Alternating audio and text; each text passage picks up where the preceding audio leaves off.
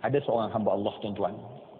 Ya, saya dalam buku saya itu saya banyak kisah cerita sebab daripada kisah tersebut kita padankan dengan hadis Nabi dan kemudian daripada ayat Allah Subhanahu Wa Taala berlaku dalam realiti. Bagaimana kisah seorang yang dia pernah tersalah pada masa dia ketika umur 17 tahun. Ya, 17 tahun. Tapi Allah beri dalam hatinya perasaan apa dia? Perasaan yang kadang-kadang duduk seorang-seorang rasa tak tenang. Walaupun dia punya kekayaan yang banyak. Tetapi tak tenang dalam diri dia. Ya, kadang-kadang tengah seronok dengan kawan-kawan, dia mari tak tenang dalam diri dia. Sampailah rupanya dia terdengar kuliah macam ni, kata apa dia? Kalau rasa tak tenang macam tu, pertama sekali kena cek dosa. Dan dosa yang paling kita kena jaga adalah dosa dengan ibu bapa. Besar tuan-tuan ya. Sebab bila kita tengok dalam bab tak lama lagi bulan Ramadan kan. Bulan Ramadan adalah bulan yang Allah nak terima permintaan kita. Pada malam Al-Qadar. Tetapi saya nak beri khabar yang sangat menakutkan. Allah akan dengar semua perkataan dan doa para hamba-Nya yang berdoa pada Allah Subhanahu Wa Taala. Allah nak dengar orang yang bermohon pada Allah Subhanahu Wa Taala, yang menghidupkan malam. Allah suka nak dengar, Allah suka nak mendengar, Allah nak suka nak dengar. Tetapi Allah tak nak dengar doa daripada anak yang derhaka pada ibu bapanya. Saya ulang sekali lagi. Pada malam Al-Qadar yang Allah kata Allah buka rahmat seluas-luasnya pada ketika itu. Yang semua orang meminta dan berdoa walau sebesar mana dosanya pada ketika itu akan didengar oleh Allah Subhanahu Wa Taala. Semua Allah nak dengar. Semua Allah ingin mendengar. Kecuali anak yang derhaka pada ibu bapanya, Allah menutup walaupun pada malam Al-Qadar. Allah menutup walaupun pada malam Al-Qadar. Jadi sebab tu hamba Allah ni bila dia dengar, Masya Allah, dalam keadaan kalau macam tu besar, dia rasa takut benar-benar. Dan dia terus terfikir. Dan baru dia teringat rupanya semua yang saya katakan. Apa dia?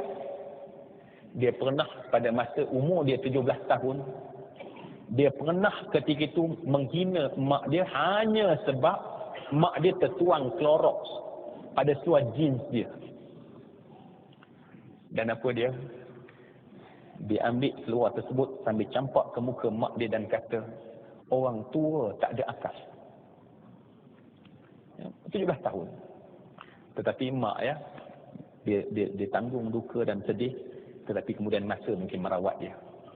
Masuk umur dia 50 tahun. Daripada 17 tahun sampai umur dia 15 tahun, tapi perasaan tak senang, tak sedap ada dalam hati dia. Sampailah akhirnya Allah buka mungkin kepada dia dan dia terus pulang ke kampung pada ketika itu. Dia pulang ke kampung, dia duduk bersimpuh depan ibu dia. Dia pegang tangan dan cium tangan ibu dia dan kata, "Mak, saya ada salah dengan mak." Mak dia kata apa dia? "Kamu kan tiap-tiap tahun balik minta maaf kat mak. Mak tak ada masalah apa pun." Sebab mak cuba supaya tak nak susahkan anak.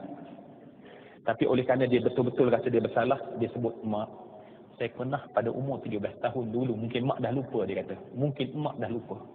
Tapi saya nak ingat pada hari ini, saya nak minta maaf tentang salah ini. Saya minta mak maaf kerana saya pernah sebut pada mak orang tua tak ada otak." Tuan-tuan tahu apa yang berlaku? Si mak tadi, yang anak sangka lupa, tiba-tiba si mak tadi, dia pegang tangan anaknya dan sentak. Kata apa dia? "Inilah tangan yang mak nak heret depan Allah.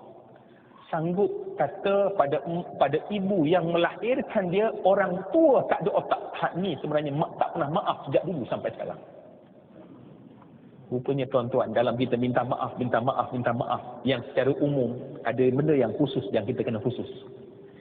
Dan bila disebut perkara tersebut, mak dia kata apa? "Mak dah memang tak nak maafkan kamu kesalahan ini." Mak reda, dia kata kalau mak mati, mak simpan benda ni sampai mak dikuburkan bersama dengan perasaan ini, dia kata.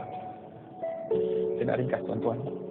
Dia rasa dunia ni berat dan patutlah selama ni dalam hati tak pernah puas. Ya, sembahyang tak berapa khusyuk dan segala macam. Dan pada saat itulah semua yang saya katakan, dia mohon maaf.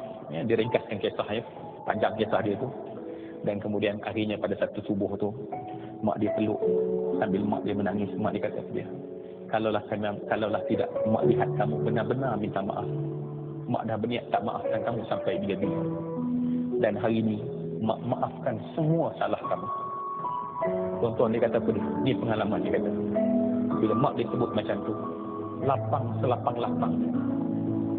Damai sedamai-damainya, tenang setenang-tenang. Dan perasaan yang dia tak pernah rasa sejak daripada 17 tahun dahulu, dia kata.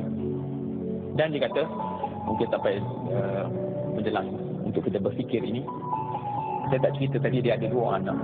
Dan anak dia membesar belasan tahun, tapi anak tak pernah nak makan dengan dia. Anak tak pernah nak duduk sekali dengan dia. Jangan harap nak tanya khabar tentang ayah.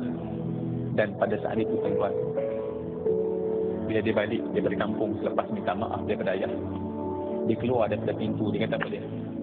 Dia keluar daripada pintu kereta dia. Kedua orang anak meluru, pegang tangan, cium tangan, dan kemudian sebut satu perkataan yang dia tak pernah sangka dia akan dengar daripada anak dia. Apa dia? Ayah, kami minta maaf salah kami pada ayah. Ayah, kami minta maaf semua salah kami pada ayah. Kami sayang pada ayah. Dia peluk anak, dia kata, dia sambil mendongak ke atas.